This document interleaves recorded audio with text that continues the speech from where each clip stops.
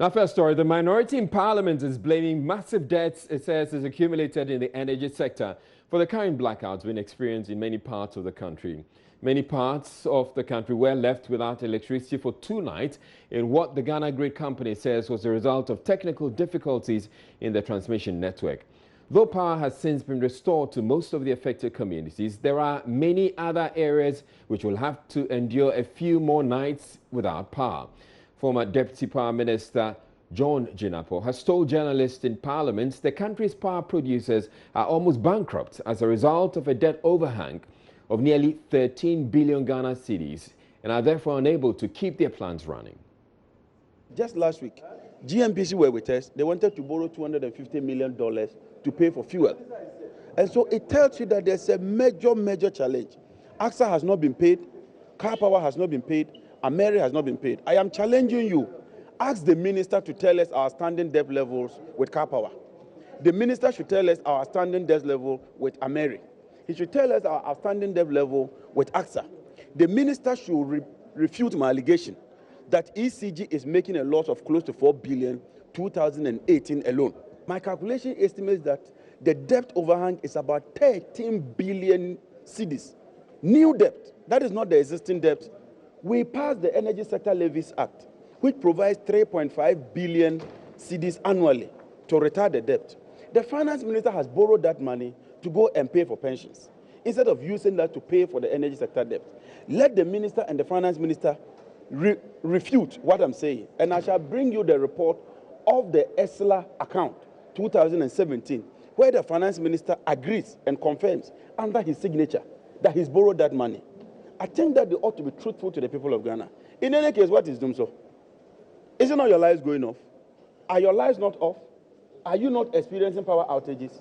So under NDC time, when we experience power outages, it is Dumso. Under MPP, when your lights go off, it is technical hitch. What kind of policy of inconsistency is this? That when the lights go off under NDC, under President Mahama, it is called Dumso. But when it goes off under Akufo-Addo, even when your lights are off for 5 hours, 6 hours, they term it as a technical hitch. Ladies and gentlemen, the power sector is crumbling. The power sector is collapsing. The financial health and well-being of the power sector is in a state of jeopardy. The power sector today, as I speak to you, is in financial bankruptcy. And the earlier all of us, including you, the media, you take an interest in this matter, the better for us. Do not just think of today. Do not think of what has even transpired in the past 2 days. Let's ask ourselves that if we continue in this way, if we continue on this trajectory, are we going to have a resilient power sector? That is what the minister should be concerned himself with. Now, Energy Minister Peter Amewu is, however, challenging the claim by the former Deputy Energy Minister. Though Peter Amewu concedes the power sector debt has grown in the last 2 years, he says the amount stated is inaccurate. The debt we are incurring is because of the capacity charges that they have left behind. This is what I'm explaining to you. The financial situation of the other things that is. You are aware when we took over, the debt of the power sector was in the range of almost about 2.3, 2.4 billion US dollars. This government, through the ESLA system, has been able to pay an equivalent of about 5 billion Ghana cedis. That was what we paid out of it. Today, there are still debts. I am not saying that they are not debt.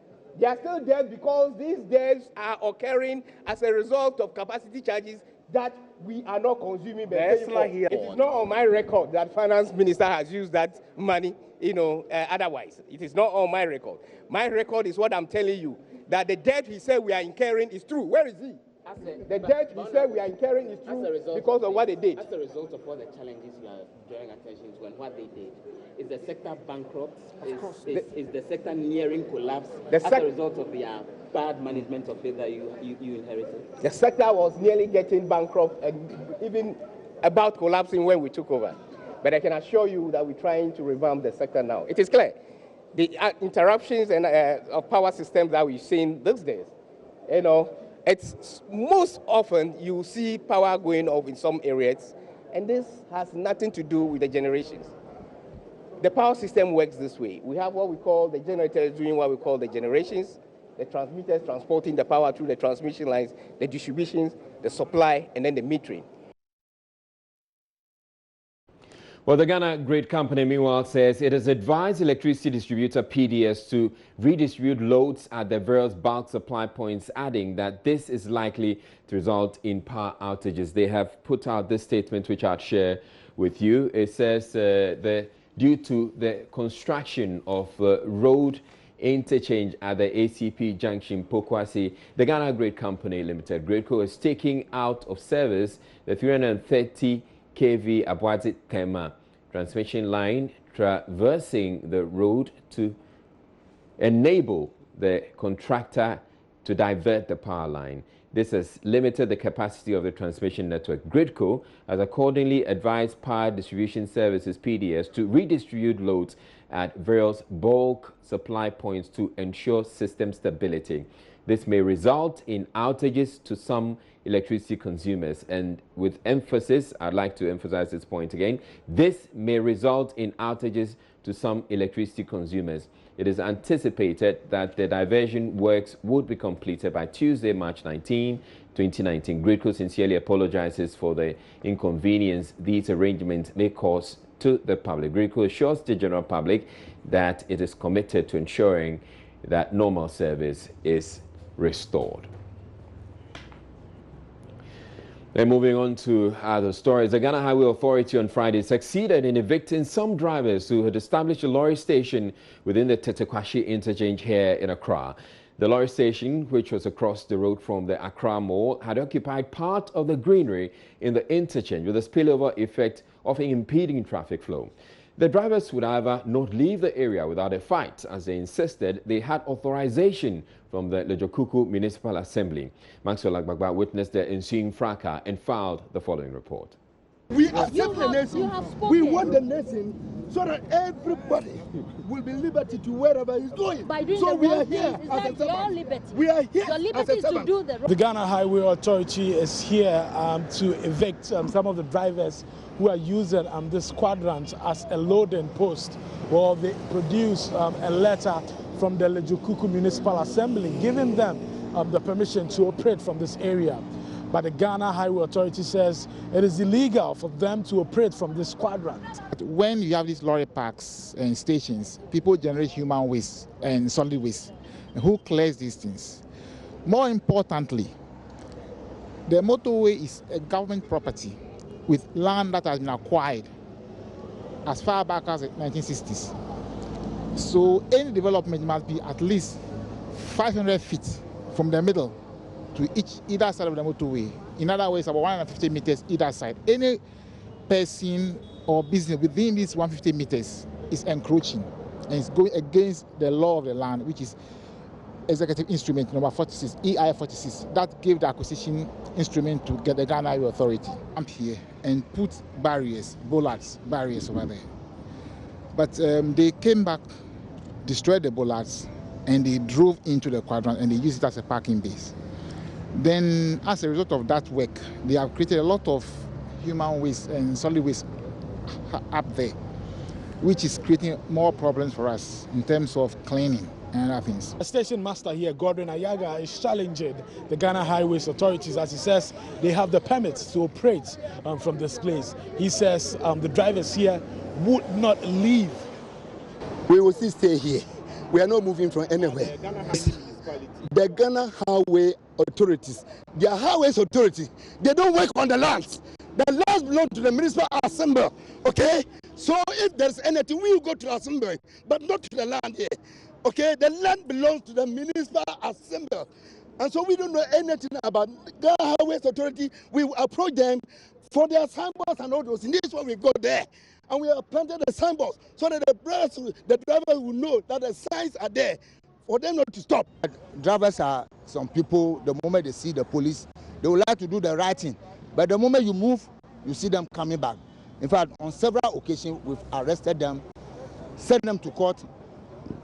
Some were fined and some were even in prison in this our locality. But drivers, as we know them, we evict them on several occasions. They will go and come back. But now that the Ghana Highway Authority is telling us that this land belongs to Ghana Highways Authority, we will do our best to enforce the law and make sure. Now, authorities at the University of Education, Winneba, have begun to assess the extent of damage done to school property as a result of recent disturbances on the campus. The university was shut down yesterday after days of rioting over a decision by the authorities to dismiss some lecturers there.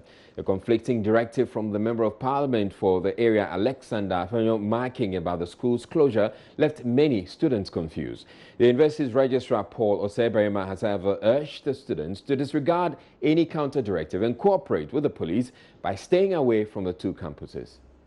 It's a few minutes past midday on the University of Education campus here at Winneba, and the campus can best be described as a ghost town, like a cemetery, because all activities have come to a halt. All businesses, not only academic activities, but all businesses have come to a halt. The directive issued by the Regional Security Council has been carried out, and the policemen are here in their numbers. If you look behind me, there are over a dozen of the police vehicles around. We have water cannons and we have their patrol vehicles that have been patrolling the three campuses of the university. We are told by the registrar of this university that this directive affects the Jumako campus and the three campuses at the Winneba, at Winneba, the North Campus, the Central Campus, and then the South Campus. We will be going around to see how the campus looks like now after the next day or the following day after the directive has been given. Yesterday we were here when the student complained that some of them did not even hear the directive that was issued by the Regional Security Council. They were stranded, they didn't know where to sleep. Others came from the Volta region, Takrade, and then others came from the northern and Kumasi, and they didn't know simply what to do. And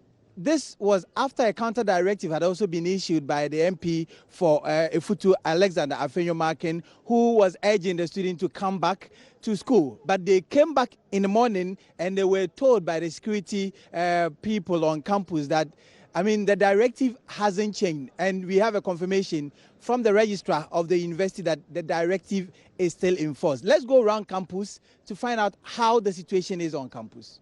All activities are at a standstill as we witnessed a while ago touring the university campus. Yesterday there were stones that were used in the process. You remember that a policeman got injured and so had to be rushed to the trauma and specialty hospital. They couldn't treat him and so had to be referred to a bigger facility at the Kolebu Teaching Hospital, where we are told that a surgery was done on his eye. We also remember that a pregnant woman also fell in the process and was unconscious and had to be rushed to the hospital. But they are all doing fine according to the regional police. As far as management is concerned, the university remains shut down on the instruction of the chairman of Regional Security Council in the person of his the Honorable Minister for the region, Honorable Kwamina Duncan. Were you surprised when there was a counter directive from the MP for the area? I would be very much surprised because MP cannot give counter instructions, should not give counter instructions. This is seriously a security issue. And we are within the region. And in the region, we have the Regional Security Council. And the Regional Security Council is presided over by the regional minister. It is only the regional minister who receives reports of security situation in the region. So coming from the regional minister, the chair of the Regional Security Council, I don't expect, and it should be the least, to come from an MP if he says that the school has not been closed down. In fact, the school has been closed down. The regional police commander spoke with me and said that they are doing everything possible to maintain the order given by the Regional Security Council. And as at yesterday, the police were able to flush out all students from campus. And as we speak, when you go to our house of residence, the students are not there, but life is going on normally. Everything is in order. There's peaceful environment for us. Now, but how did we get here? Here is a chronology of events.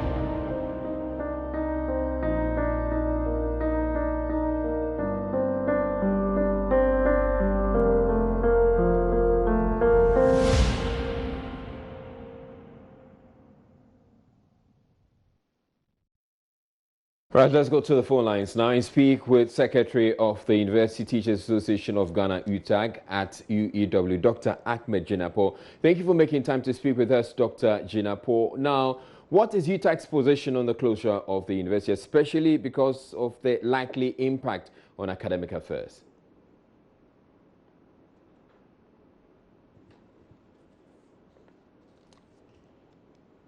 Hello, Dr. Jinapor. If you can hear me, I would want to know what UTAG's position is on the closure of the university, especially because of its impact on academic work.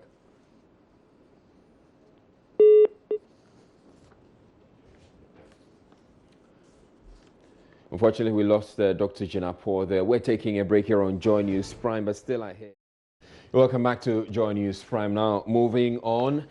When 3 reporters of the Ghanaian Times newspaper attempted to bring to the attention of a police officer who they say had jumped the traffic light on red, little did they know they would have to take a beating for it. Malik Suleiman, a court reporter, was assaulted by the police, and when his colleagues Salifu Abdul Rahman and Raisa Sambu tried to rescue him, they also had their share of the assault, with Raisa passing out. They have been speaking with Hannah Odame. First, Malik, who says his lawyers are considering a civil suit against the police officer. The policeman was angry that I was videotaping, and he attempted to snatch the phone from me, but he was unsuccessful. He threw the first punch straight into my face. That's what has caused the red blisters. Sure. So, and blood started gushing out from my nostril. So I bled profusely then. Because he wanted the phone and you didn't want to give it to him, he punched your eye, and as a result, blood was oozing from your nose. So within a split of seconds, other policemen joined him, and I don't know whether he prompted them, but they joined and they gave me the beatings of my life.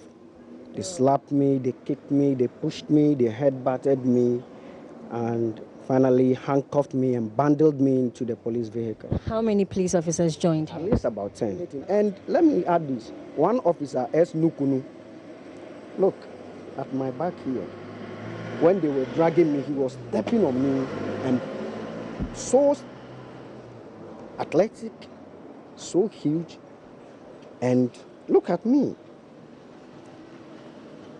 And they asked me to write my statement, and I said I'm not going to do that. I only write my statement in the presence of my lawyer. Looks like this is coming up a lot, and so do you have any word? Because now you have it. You have endured it. What I want to say is that, look, life is very important. We all have one life. If you lose your life, that ends it. Because often the Ghana Journalists Association yesterday issued a statement to condemn it. But what next? We should be mindful of our safety wherever we find ourselves. As much as possible, if you think that your safety cannot be guaranteed wherever you find yourself, the best thing is to leave the scene. And I want to suggest that there should be, every police officer should be taken through what we call in psychology as emotional intelligence. How to manage your emotions, how to process your emotions internally, because you deal with different kinds of people. Well, on that part, Raisa says she's learned to take her personal safety seriously and called on the Ghana Journalists Association to go beyond condemning such attacks on their members and actually ensure perpetrators are punished. Now, the police service has released a statement in the last couple of hours, which I'm going to share with you on this particular assault. And here they say the police administration instituted investigations into a reported case of assault and motor traffic accident involving a police officer and some journalists from Ghanaian Times at the Ghana Publishing Traffic Light in Accra on Thursday, March 14, 2019. The police administration informs the public and the media that the Director General Public Affairs immediately intervened and started working with the editor of the Ghanaian Times to ensure that the journalist received medical attention as the police began immediate investigations into the incident. Preliminary information gathered does not suggest the journalists were targeted because of their profession, but it was a traffic offense which resulted in a scuffle between the journalist and the police officers. As at today, Friday, March 15, 2019, the police officer has been identified and statement taken from him at the ministry's police station. Other witnesses have also given statements, whilst efforts are being made to take statements from the journalists. In addition, a report of the motor traffic accident case has also been reported at the ministry's Motor Traffic and Transport Department, MTTD, and it continues. The police administration assures the public, especially the media, that it is taking note of the comments expressed on this case and other cases where journalists were alleged to have been attacked by police officers, thus causing needless friction between the police and the journalists. In view of these concerns, the police is collaborating with the Media Foundation for West Africa, Ghana Journalists Association, National Media Commission, and other media partners to develop a pragmatic framework to ensure the safety and improve working relations between the police and the media. And they conclude, updates on progress of investigations will be communicated. And this is signed by the Assistant Commissioner of Police, Director General Public Affairs, David Eklu.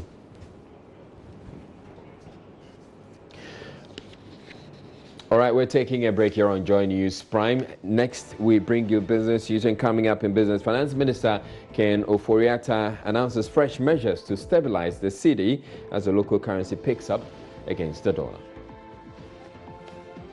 I think, with that and the fundamentals being as good as they are, we expect a reversal and stability. The Minority in Parliament Appointments Committee is raising questions over the academic qualifications of Bunu Regional Minister-designate Evelyn Amakumi Richardson. They also want clarification on information they had picked up which suggests she breached the Chief of Staff's directive that no appointee is allowed to travel unless the presidency grants the approval. The minister-designate, together with 3 others, were on Friday vetted by the committee. Mrs. Kumi Richardson insisted she didn't do wrong with the travels and has also submitted the academic credentials to the National Accreditation Board for evaluation. So I had already asked permission from my local government minister. And so it was there when I got to Canada that she called me that there's been a directive. So I should come back with the next available flight, which I did. Thank you. So you didn't come straight to Ghana, you still went to Dubai for the program, despite the Chief of Staff's letter. Thank you, Honorable Chair. The letter came, that trip was meant for Canada and South Africa, not Dubai, please. And so I did no longer go to the South Africa. I came back from Canada straight to Ghana. Thank you. However, the records I have here show that and all of that have not been refunded. Travel with my engineer. He had not yet got on the flight. And so I called him back and I told him that this is the directives that have come, that we should drop the South African trip. And so we refunded that money. It is in records. We refunded that money. But upon changing my route from Canada to South Africa, I needed to pay an extra amount, which I even incurred a loss on it. So I could not refund any such money. Thank you. It's not in Ghana. And so when I brought my certificate, it was, I had to submit it to the Accreditation Board Ghana here for it to be certified. And so that's what I mean by that. No, there's no such thing as Accreditation Board certification. They can only verify that the institution you attended is accredited, and so your certificate is credible. But the National Accreditation Board does not certify. The National Accreditation Board does not certify. True or false? It is true, Mr. Chairman. It is going through evaluation. That's what I said. Validation, exactly. Another minister-designate vetted by the committee was Kwesi Osu-Yeboah, who has been nominated to lead the OT region. He admitted to the committee he has failed to declare his assets as required of public officials in his current capacity as Ghana's ambassador to Togo. representing Ghana in Togo, right? Right? That is correct. That's correct. Have you declared your assets?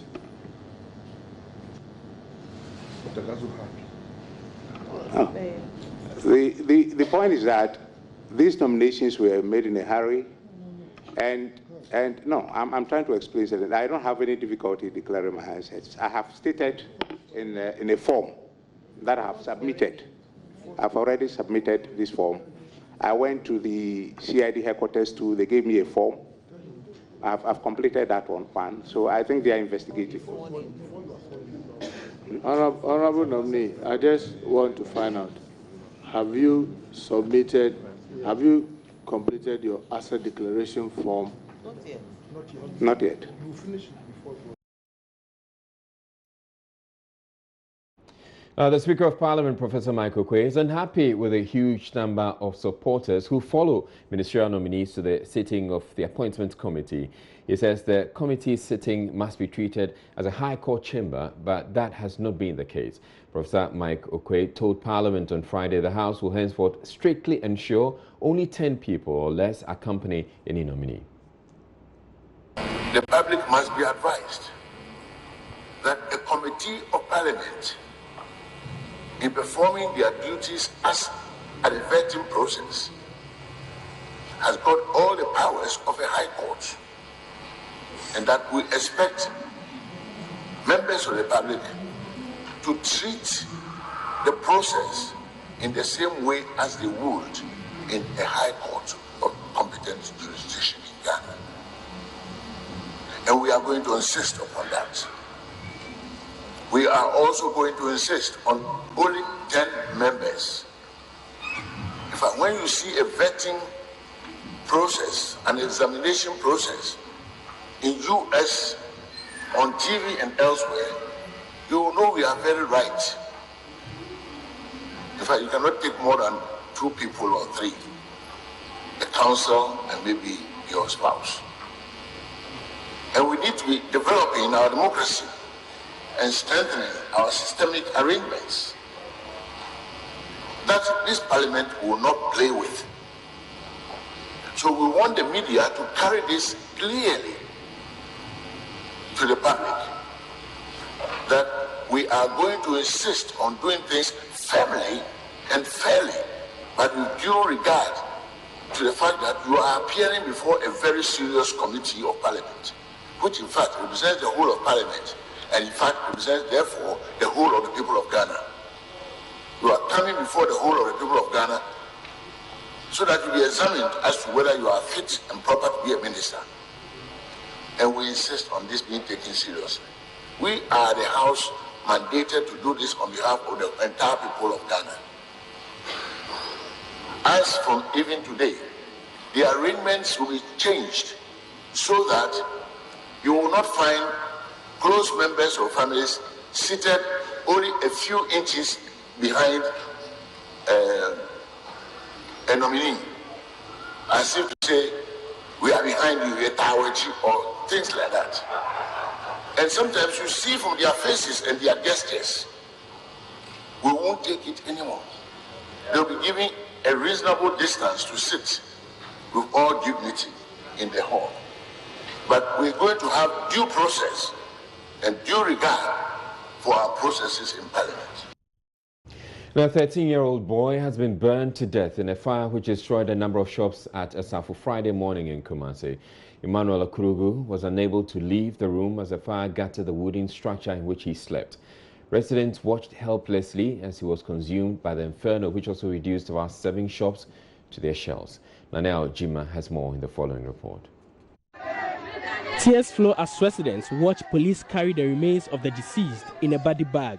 Eyewitnesses say mother of the deceased was on a routine morning exercise when the fire started.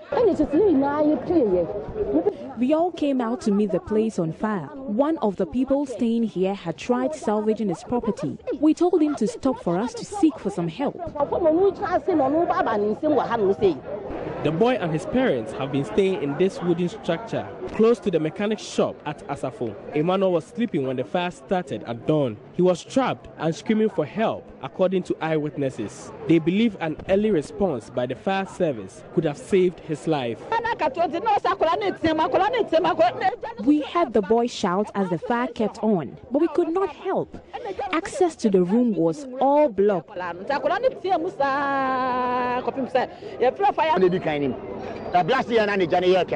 We kept calling the fire service, but they wouldn't come. The worst had happened at the time they got here. We tried asking them why they've taken so much time. One of them told us they were not the cause of the fire, so we can't ask them such questions.